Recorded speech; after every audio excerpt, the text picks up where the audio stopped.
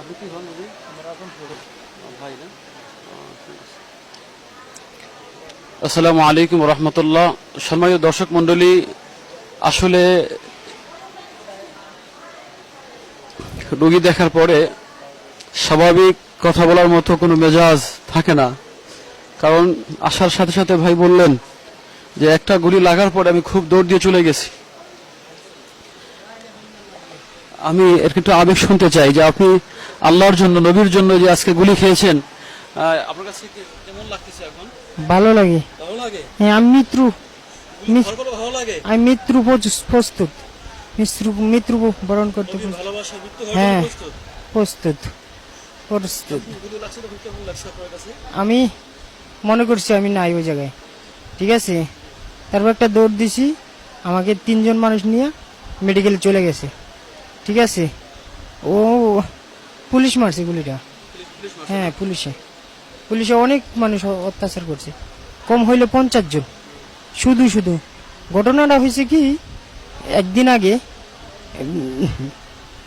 একটা হিন্দু লোক নবীর নামে, মা ফাতেনার নামে, তারপরে হ্যাঁ খারাপ কিছু লেখছে, লেখে ফেসবুকে দিছে। দেওয়ার পরে এটা আর আমরা মানতে পারিনি। তারপরই ওর আন্দোলন শুরু করে দিছে।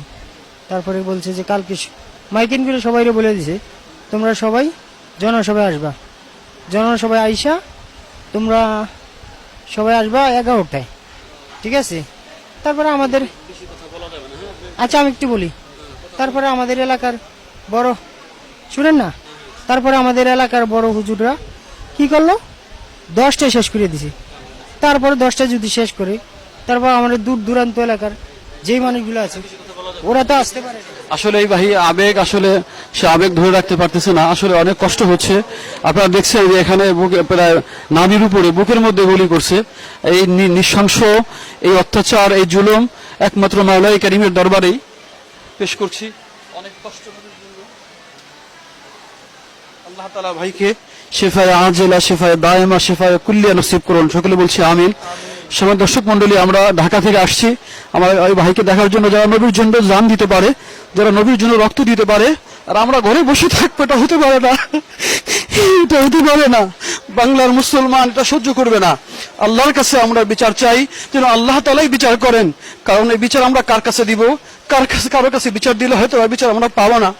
এই জন্য রব্বে কারীমের কাছে আমরা বলবো যে আল্লাহ, নিরহ মুসলমানদেরকে যারা নির্বিচারে গুলি করছে, আল্লাহ তুমি তাদেরকে হেদায়েত দান করো, সঠিক বুঝ দান করো, তাদেরকেও নবীর মহব্বতে আল্লাহ তুমি দিনের জন্য কবুল করো। আল্লাহ তাআলা যেন সুস্থ করে দেন, আল্লাহ তাআলা শিফা দান করেন। আসসালামু আলাইকুম ওয়া রাহমাতুল্লাহি ওয়া বারাকাতুহু।